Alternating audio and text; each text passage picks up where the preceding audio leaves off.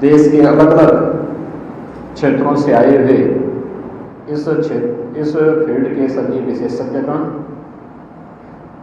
शोध छात्र और दिग्विजयनाथ स्नातकोत्तर महाविद्यालय के सभी यहाँ के छात्र छात्राएं और उपस्थित भाइयों बहनों, महाविद्यालय परिवार को मैं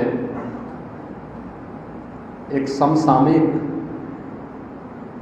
विषय को लेकर के राष्ट्रीय संगोष्ठी के लिए हृदय से धन्यवाद देते हुए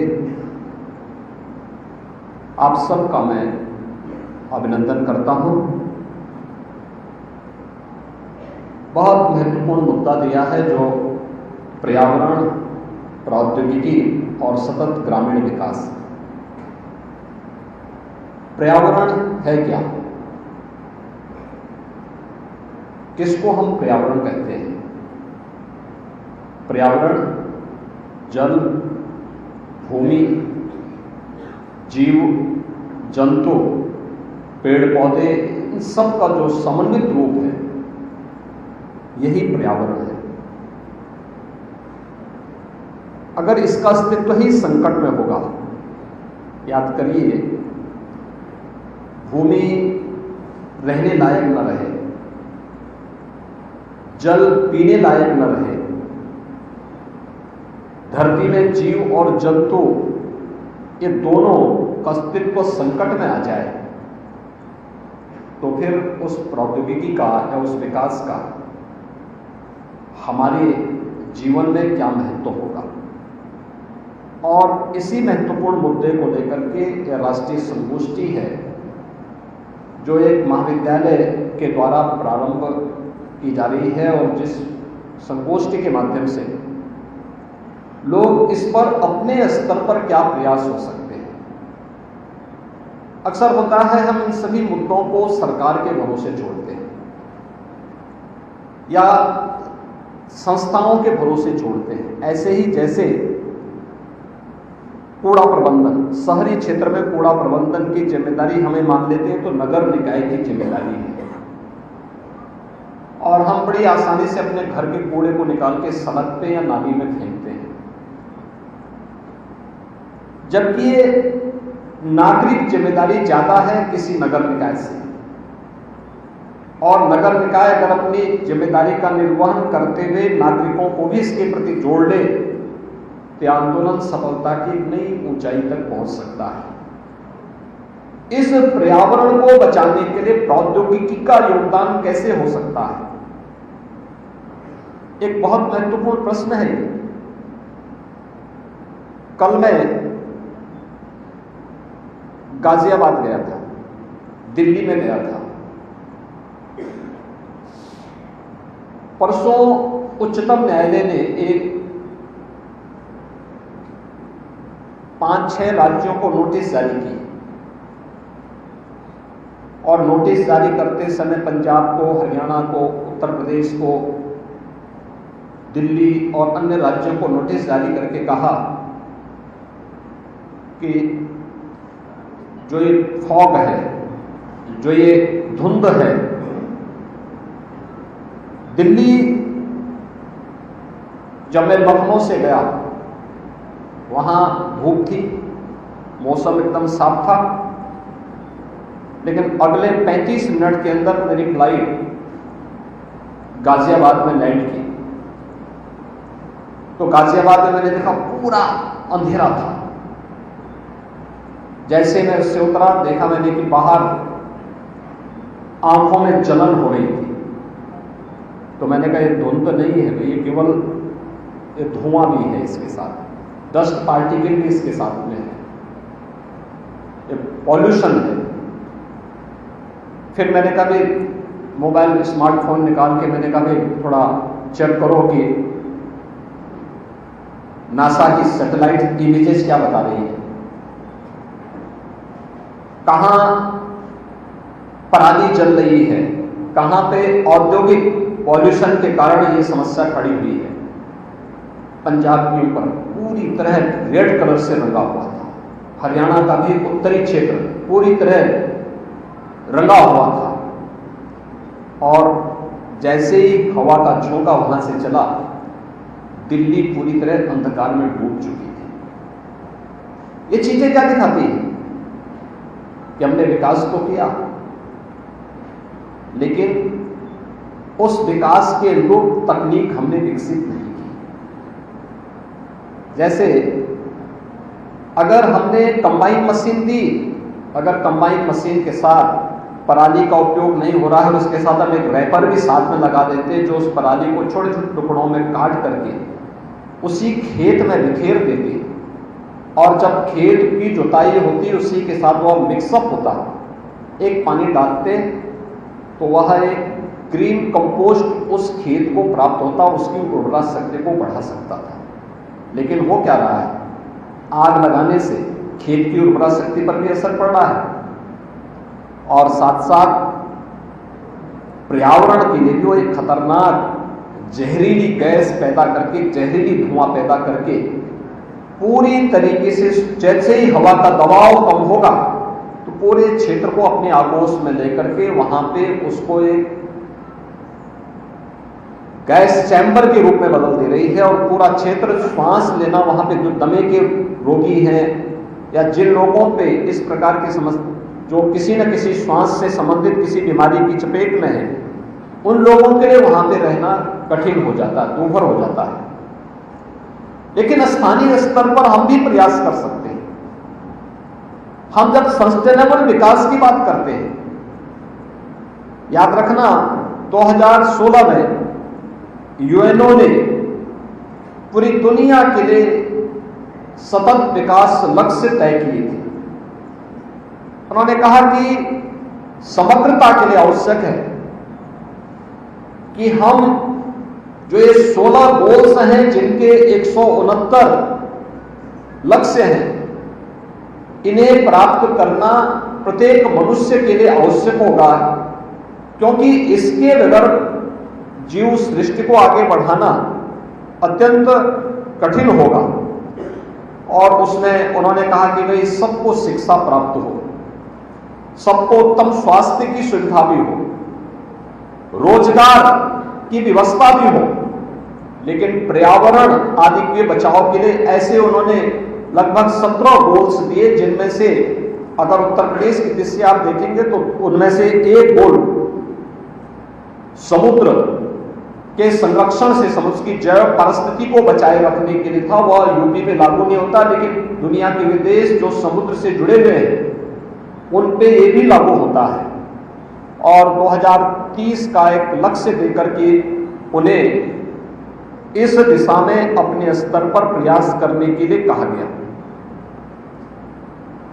भारतीय समाज शुरू से ही पर्यावरण के प्रति बहुत संवेदनशील रहा है। याद करिए, अथर्ववेद में पृथ्वी सूक्त हमें इस बात की प्रेरणा देता है कि माता भूमि पुत्रोहम पृथिव्या, ये धरती हमारी माता है और हम सब इसके पुत्र हैं। कोई पुत्र क्या अपनी मां पर किसी प्रकार का प्रहार बर्दाश्त करेगा? कभी नहीं स्वीकार करेगा। स्वाभाविक रूप से हमारी परंपरा इसके प्रति हमें हमेशा जागरूक करती रही है, लेकिन हमने जहां उस तकनीक का उपयोग होना है उसको उस स्तर पर नहीं किया। यूरोप की तकनीक को आप यूपी में लागू करेंगे, आवश्यक नहीं कि वह यूपी के लिए सस्टेनेबल हो ही जाए, कोई आवश्यक नहीं। दोनों की भौगोलिक और जैव पारिस्थितिकी में जमीन आसमान का अंतर है। हमें यहां की अनुकूल टेक्नोलॉजी को डेवलप करना होगा और प्रयास करना होगा कि वह तकनीक यहां के अनुकूल भी हो और यहां के सतत विकास में भी अपना योगदान दे सकती हो। इस दिशा में किए जाने वाले प्रयास, प्राचीन भारत उसका एक उदाहरण हो सकता है। गांधी जी इस दिशा से बहुत दूरदर्शी थे और उन्हें भारत की वास्तविक समझ थी। आपने देखा होगा जब वे ग्राम स्वराज की बात करते हैं, ग्राम स्वराज क्या, वहां मनुष्य ही नहीं, गांव अपने आप में आत्मनिर्भर था। गांव में सभी लोग परस्पर मिलकर के रहते थे,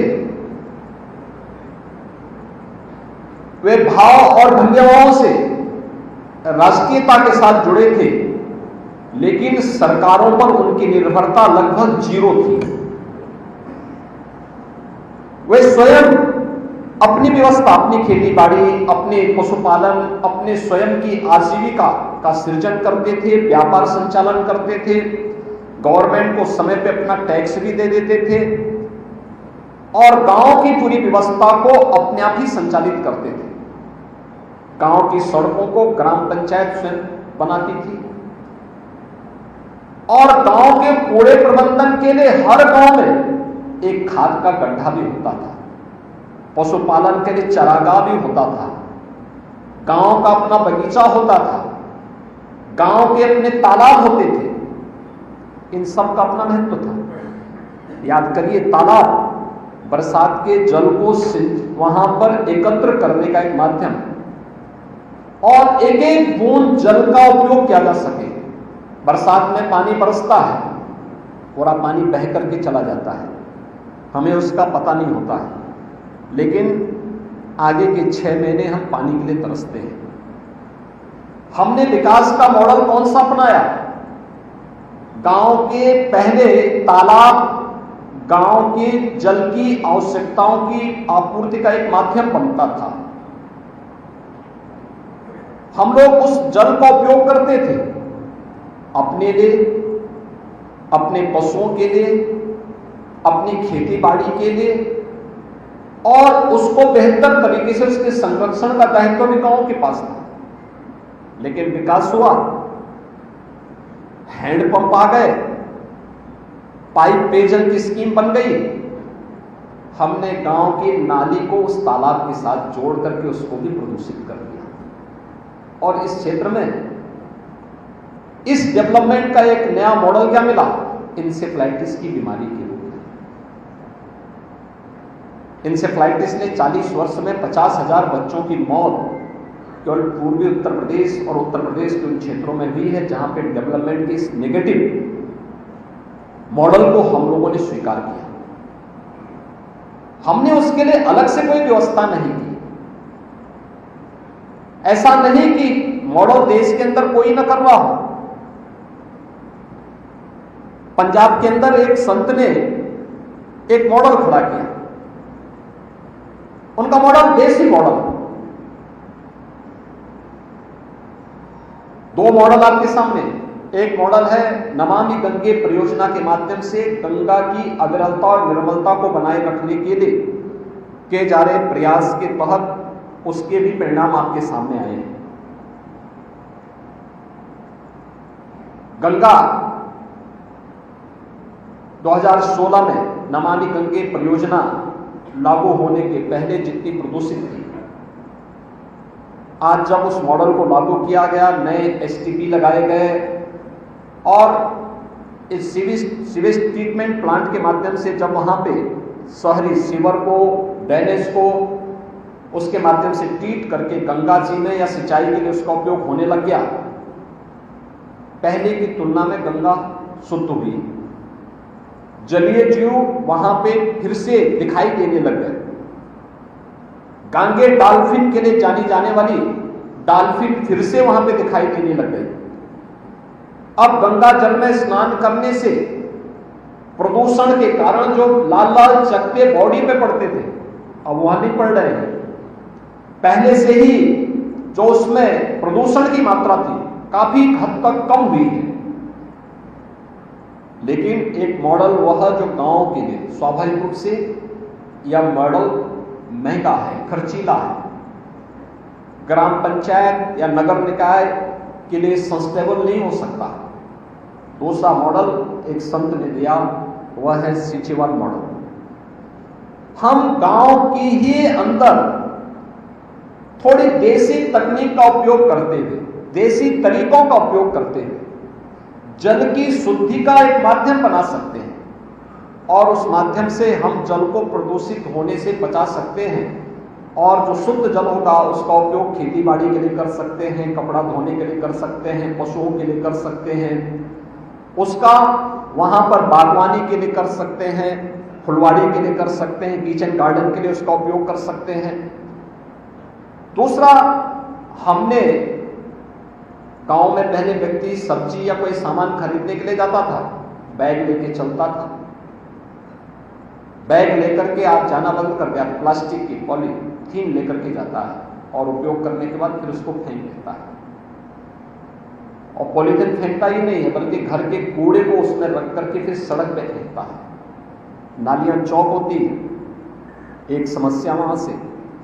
अगर उस सड़क में फेंका तो गाय खाएगी तो गाय भी बीमार होती है, और वो प्लास्टिक सड़ेगा भी नहीं, तो कई कई वर्षों तक वह आपके पर्यावरण को भी चुनौती देंगे। अगर कहीं उस पर आग लगा दी तो उसके कारण भी जो कार्बन मोनोऑक्साइड उससे उत्सर्जित होगा, उसके कारण भी एक नया पॉल्यूशन की समस्या खड़ी हो रही है। और ये जो चैलेंज है हम सबके सामने, कि समाज की भी जिम्मेदारी होनी चाहिए, संस्थाओं की भी जिम्मेदारी होनी चाहिए, और साथ साथ सरकार की भी जिम्मेदारी होनी चाहिए। तीनों मिलकर के एक साथ इस कार्यक्रम के साथ जुड़ेंगे तो हम लोग पर्यावरण की भी रक्षा कर पाएंगे, प्रौद्योगिकी को, उसके अनुकूल प्रौद्योगिकी को लाने में हमें सफलता प्राप्त होगी, और ग्रामीण क्षेत्र के सतत विकास के लिए भी जो मॉडल आज होना चाहिए, जैसे मैंने कहा कि फसल की पराली जलाने का दुष्परिणाम क्या है कि दिल्ली एक गैस चैम्बर बन गया है। एनसीआर के पूरे क्षेत्र में कोर्ट को बहुत सख्ती से वहां पे कानून लागू करना पड़ रहा है, आदेश लागू करवाना पड़ रहा है, क्योंकि किसान के पास तकनीक नहीं, या वो तकनीक अपनाना नहीं चाहता। उसने समय के साथ उसने कंबाइन मशीन तो ली, लेकिन उसके साथ वो रैपर नहीं लिया जो पराली को छोटे छोटे टुकड़ों में बांट करके खेती में उसको उपयोग किया जा सके। दूसरा, हमने बायोफ्यूल के रूप में भी उसको उपयोग करने के लिए एक मैकेनिज्म नहीं तैयार कर पाए। परिणाम है पंजाब और हरियाणा के अंदर उससे भी खतरनाक स्थिति है। दूसरा, हर गांव में खाद का गड्ढा था, वो खाद का गड्ढा कब्जा कर लिया गया। आज गांव में खाद का गड्ढा दिखता ही नहीं, कूड़े जहां तहां कूड़ा फेंकते हैं। स्वच्छ भारत मिशन में हर घर में शौचालय के साथ साथ स्वच्छता के विशेष अभियान को चलाने के पीछे का उद्देश्य भी था कि नागरिक भी अपनी जिम्मेदारियों के साथ जुड़ सके। लाइट की भी कितना हम यानी किस प्रकार से करते हैं। भारत प्रधानमंत्री जी ने तय किया है 2070 तक भारत को डेवलपमेंट का एक ऐसा मॉडल एडॉप्ट करना है जो कार्बन उत्सर्जन को जीरो करने में सहायक होगा। कार्बन उत्सर्जन को जीरो करने के लिए क्या प्रयास हमारे स्तर पर हो सकते हैं? एक भवन के मॉडल, पहले गांव में भवन कैसे बनते थे? आप गर्मियों में उन घरों में रहेंगे तो एक ठंडे रहते थे, सर्दियों में वहां जाएंगे तो एक गर्म कमरे अपने आप ही, एक घर अपने आप ही छोटे होते थे लेकिन गर्म दिखते थे, गर्म रहते थे। यानी अपने आप ही वे पर्यावरण के अनुकूल वातावरण देने में सक्षम थे। ये हमारी पुरानी तकनीक थी। आज हमारे घर कैसे हैं? सर्दियों में अगर बाहर टेम्परेचर 3 डिग्री है तो उस घर के अंदर आप जाएंगे तो -3 तक जरूर पहुंचा देगा। गर्मियों में अगर टेम्परेचर बाहर 44 डिग्री है, उन घरों के अंदर जाएंगे तो वह 47-48 डिग्री तक उस टेम्परेचर को जरूर पहुंचा देगा। यानी वह पर्यावरण के अनुकूल भी नहीं है। हमने नकल की लेकिन अकल नहीं लगाई। हमें उसके अनुरूप मॉडल देखने पड़ेंगे, बनाने पड़ेंगे, ऐसा नहीं कि न किया जा सकता हो। और इसी में संस्थाओं की जिम्मेदारी ज्यादा बनती है। राष्ट्रीय संगोष्ठी के साथ साथ इस प्रकार का प्रोजेक्ट वर्क को अपनाना। क्या मॉडल हो सकता है? हम किसी एक गांव को ध्यान में रख करके कार्य कर सकते हैं। गांव की नाली, वह गांव के तालाब में नहीं जाएगा, गांव का तालाब साफ रहेगा। यह जल संरक्षण के लिए रहेगा। गांव का पानी जल संरक्षण के माध्यम से जब ग्राउंड वाटर के रूप में बदलेगा तो शुद्ध जल के रूप में शुद्ध जल ही हमें फिर हैंडपंप के माध्यम से, पाइप पेयजल स्कीम के माध्यम से प्राप्त होगा। लेकिन उसका भी एक माध्यम भी तो देना पड़ेगा। और दूसरा, जो गांव का ड्रेनेज है या गांव का सीवर है, उसको कहीं एक ऐसी इतनी दूर गांव से ले जाना जहां पे फिर उसकी देसी पद्धति से ट्रीटमेंट कर सके। सीचेवाल मॉडल को हम लोगों ने देखा उसको। अगर आप उसके जल को, यानी सीवर के जल को भी अगर आप एक गिलास जल लें तो आपको एकदम नीट एंड क्लीन जल देखने को मिलेगा। बहुत साफ सुथरा जल, कोई बदबू नहीं, किसी प्रकार की उसमें दुर्गंध नहीं, और पूरा सुथरा साफ एकदम क्लीन वाटर है। वह एक मॉडल खड़ा हो सकता है। उस देसी मॉडल को हम लोग भी अपने तरीके से यहां पे अपना सकते हैं। मुझे याद है, मुझे आज से लगभग 12 वर्ष पहले एक स्थान पर वहां पे जल जमाव होता था, खूब जल जमाव होता था, 1-1 फुट 1.5 फुट पानी लगता था। बरसात हुई, 1 घंटे 1 फुट पानी लग गया कैंपस में। तो मैंने कहा इसका समाधान होना चाहिए। अब समाधान क्या होना चाहिए? मैंने कहा रेन वाटर हार्वेस्टिंग बनाओ। मैंने एक प्रतिष्ठित संस्था को बुलाया। मैंने कहा भाई आप मुझे बताओ इसका। तो उसने मुझे 15 लाख का बिल दे दिया। मैंने कहा 15 लाख तो बहुत है। तो फिर मैंने मंत्री से जुड़ा हुआ एक पॉलिटेक्निक है, उससे मैंने वहां के प्राध्यापकों को बुलाया। मुझे एक बुजुर्ग मिला, उसने कहा इसमें क्या करना है? मैंने कहा मैं चाहता हूं कि ये जो जल जमाव बरसात में होता है, ये जल जमाव न हो, ये पानी सब धरती सोख ले और यहां का ग्राउंड वाटर लेवल ठीक हो। उन्होंने कहा ये तो बहुत अच्छा एक तरीका हो सकता है। मैंने कहा क्या हो सकता है? उसने कहा कि मैं इस मॉडल को 40 से 50 हजार रुपए में तैयार करा सकता हूं। तो मैंने कहा ये अच्छी 15 लाख की तुलना में 50 हजार में हो जाए तो कौन बुरी बात है। और जब 15 लाख खर्च करना ही है तो बाद में हम देखेंगे, पहले 50 हजार को ही देख लेते हैं। उसने कहा मुझे केवल आदमी दे दीजिए जो गड्ढा खोद सके। उसने गड्ढा खुदवाया। गड्ढा खुदवाने के बाद उसने ईंटें मंगवा करके उसमें ईंट की दीवार चलाई, चैम्बर अलग अलग बनाए, फिल्टर की 3 व्यवस्था उस पर की। ईंट के बड़े बड़े टुकड़े ला करके एक में डलवाया, एक में गिट्टी डलवाई, एक में सादा बालू डलवाया, और पानी को फिर उसके माध्यम से उसने कहा कि जब पानी पहले इस चैम्बर में आएगा, ईंट के जो बड़े बड़े टुकड़े हैं ये इसकी ट्रीटमेंट उसको करेंगे, फिर ये गिट्टी से होकर के जाएगा, दूसरा ट्रीटमेंट होगा, तीसरा जब बालू से होकर के जाएगा तो पानी एकदम साफ सुथरा होगा। पहले ही उसमें उसने कहा कि इसमें जाली, जो मॉस्किटो जाली होती है ना, इसको लगाएंगे हर वर्ष। उसको साल में 2 बार केवल निकाल करके झाड़ देना है। यानी जो काम 15 लाख में होना था वह मात्र 30 से 40 हजार रुपए में उसने हमें करके दिखाई। एक देसी मॉडल है जो सस्ता भी है। और मैं आज भी जब वहां देखता हूं बरसात के समय, गत वर्ष में देख रहा था जिस दिन गोरखपुर में लगभग 24 घंटे तक लगातार बारिश पड़ती रही। एक दिन संजोग से मैं गोरखपुर में था, तो बारिश जैसे समाप्त हुई मैं 24 घंटे रुका था वही देखने के लिए क्या है आज 12 वर्ष भी उसके बाद भी उसका परिणाम क्या है। तो मैं वहां पे बरसात जैसे बंद हुई, मैं वहां गया। आप आश्चर्य करेंगे, वहां एक भी बूंद पानी नहीं लगा था। सारा पानी वो अपने आप सोख दे रहा था, पूरा पानी सोख दे रहा था। यानी आज भी इस प्रकार के मॉडल हैं जिसको हम आगे बढ़ा सकते हैं, जिसमें हम अपने तरीके से कार्य कर सकते हैं। और भारत के गांव इस इससे बहुत अच्छे तरीके से उन लोगों के पास अपनी देसी मॉडल थे, देसी तकनीक थी, देसी तरीका था।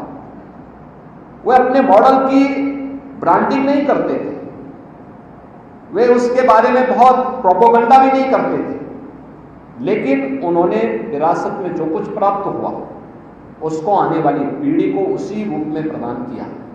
और परिणाम था गांव स्वावलंबी होते थे, आत्मनिर्भर होते थे, खुशहाल होते थे। समय के अनुरूप हमने भले ही तकनीक को कहा, तकनीक आज की आवश्यकता है, लेकिन ऐसा नहीं कि हम इस तकनीक को अपने देसी पद्धति के साथ जोड़ करके इसको और आगे बढ़ा सकें। जो मैंने आपको बताया कि यूरोप की तकनीक यूपी में लागू हो या आवश्यक नहीं, इसके लिए हमें यूपी की जैव परिस्थिति के अनुसार यहां पे क्लाइमेटिक जोन के अनुरूप कौन सी तकनीक यहां के लिए फिट बैठती है, या हमारे शिक्षण संस्थानों को तय करना होगा। उसके अनुरूप उस प्रकार की शोध को आगे बढ़ाना पड़ेगा। और देसी तकनीक को अगर आप करेंगे तो पर्यावरण हितैषी भी होगा और एक डेवलपमेंट का एक सस्टेनेबल मॉडल, एक सतत विकास के मॉडल को भी देने में सफल होगा। इस राष्ट्रीय संगोष्ठी को जो 2 दिनों तक चलने वाली है, यह राष्ट्रीय संगोष्ठी इस दिशा में किसी एक निष्कर्ष की तरफ बढ़ने में सहायक होगी। इस विश्वास के साथ मैं इस पूरी राष्ट्रीय संगोष्ठी के लिए हृदय से धन्यवाद देते हुए, जो भी यहाँ पे अतिथि वक्ता आए हैं, विशेषज्ञगण आए हैं, शोधार्थी आए हैं, उन सबको इस कार्यक्रम में भागीदार बनने, अपने रिसर्च पेपर उपलब्ध कराने के लिए हृदय से धन्यवाद देता हूँ और विश्वास करता हूँ कि हम थोड़ा स्थानीय मुद्दों पर फोकस अपनी बात को करेंगे और कुछ नए मॉडल देने में और कुछ प्रोजेक्ट वर्क भी इस दिशा में प्रयास प्रारंभ कर पाएंगे, तो उसके परिणाम बेहतर आ पाएंगे। आप सबके प्रति मेरी शुभकामनाएं। धन्यवाद। जय हिंद।